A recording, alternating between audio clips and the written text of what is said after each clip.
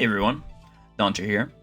There are many artists in the Pokemon TCG, and it's my goal to cover as many as I can so I can help you, the viewer, figure out which artist draws your favorite kind of cards. Whether it be old classics or modern masterpieces, there's an artist out there for everyone. I'm currently attempting to hit 600 subscribers, so if you enjoy the content, please consider subscribing to see more content regarding the artists of the Pokemon TCG. If there's an artist that you'd like to see reviewed next, then let me know in the comments. Welcome to the Pokemon Artist Review. Today's video, we'll be talking about Kyoko Umemoto. Umemoto started illustrating cards in the set Versus, released August 19th, 2001, and has illustrated 176 cards, including any reprints they may have. Umemoto has been around for so long, and they have such a wonderfully rich history in the Pokemon TCG. This artist's older cards have a very different feel from their newer cards, but they all have that Umemoto charm. These are the criteria I'll be analyzing to enhance the best parts of Umemoto's artwork. Firstly, the new versus old. Second, the vivid color. And third, their silliness. For my first point, I wanted to talk about the new versus old Kyoko Umemoto cards. For our first example, let's take an older Umemoto artwork. Let's just take the Ekans from Expedition. This card is really awesome. The curling patterns in the background are so captivating, with those rich reds and purples mixing together to create what's essentially a big ball behind the Pokemon. And there's also green, black, and light green spikes prominently on the left side of the card. Then, we have the Pokemon itself. Ekans looks really cool in this card, all coily, which is the perfect way to portray the Pokemon. The open mouth also provides more of an interesting look as well. Overall, this vintage Ekans card hasn't aged a day, and still looks intriguing. For our next example, for our new card, we'll take the Larvesta from Journey Together. And, putting them side by side, we can clearly see that there are many differences in the sort of style that Umemoto implements. The newer style isn't bad, though, and doesn't suffer from being different in any way. I love this illustration actually. The white outline adds so much character to the Pokemon, and those wispy fire effects all around the Pokemon are captivating. We also have a nicely detailed lava flooring for the Pokemon to stand on, as well as some nicely detailed flowers. The card is a really cute rendition of the Pokemon, and I really like it. Next, I wanted to mention Umemoto's vivid color choices. Take a card like the Electrike from Vivid Voltage for example. This card is sparking with energy, as we have the Pokemon emitting a nice yellow glow, while lightning flies off the Pokemon all over. And the floor behind the Pokemon is filled and dotted with all kinds of interesting colors, such as yellow, pink, and blue.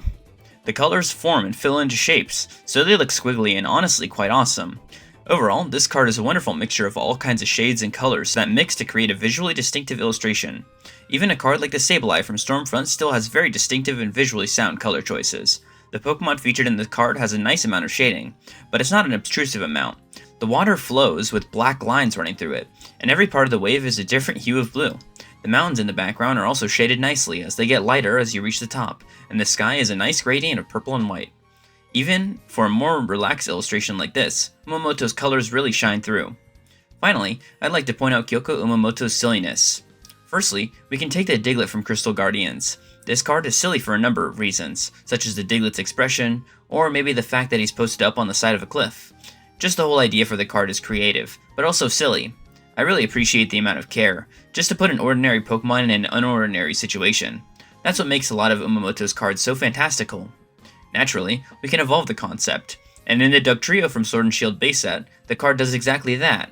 We can see that in the far background, the original Diglett from that original illustration is still present, with a sweat bead and all. But in the foreground, we have a Dugtrio on the left, which stands simplistically and emotionless, but we have a pair of Dugtrio on the right emerging, which all have unique expressions on their faces, making the card here have this playful vibe that really brings the evolution line full circle. Now, let me talk about my top 5 favorite cards from Kyoko Umemoto. In no particular order, here we go. Firstly, we've got the Heliolisk from Cosmic Eclipse. There's so much I really appreciate about this card. Firstly, having 2 different states of the Pokemon gives it more personality. I really love the bolting electricity, as well as the different colors used to represent that same electricity. How we have that bluish purple and yellow. It's just cool, and I like how the Pokemon glows. Next, we've got the Durant from Paradox Rift. I really love this Pokemon personally, so I was happy to see it drawn by Umemoto. This card is just cool. I like the boggy setting the Pokemon is in with that fog on the right side of the card, and the way its jaw is clang, sending out little shockwaves is filled with personality. The deep red faded eyes is also a really cool look for the Pokemon. It makes it a little bit more grounded, while still being silly with those big antennae. Now, we have the Rapidash from Heart Gold and Soul Silver Triumphant. I really love the background in this card. The effect it's got with those swirling lines mixed with that sort of feudal Japanese setting in the background is really effective. I also like the mountains as well.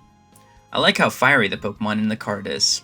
The mane is drawn really well, just looking so blazing and energetic. Next, I have the Haunter from Skyridge. I really love how Haunter looks in this card. It looks mischievous, and very sharp in this illustration.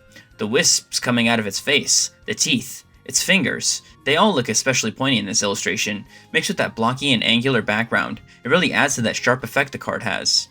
Finally, I have what is easily one of my favorite Caesar illustrations of all time, being the Caesar from Versus. This card is magnificent. The hollow pattern makes the card look like a starry night, and the Pokemon is so simplistic but seriously effective. This card just mixes wonder, style, and just a wonderful Pokemon into a fantastic looking debut card for Umemoto. And that was Kyoko Umemoto. I really appreciate this long-standing artist in the Pokemon TCG. They've really put their heart and soul into what they do, which I really personally appreciate. Their artwork is honestly something so interesting to look at, and always has some sort of interesting feature that you can point out about their illustrations. If you enjoyed this video, let me know by liking and commenting, as well as considering subscribing to my channel. I cover everything you need to know about Pokemon artists. If you want to see more of these kind of videos, I have a playlist on my channel for the Pokemon Artist Review. And with that, I hope you all have a fantastic day, and I'll catch you next time.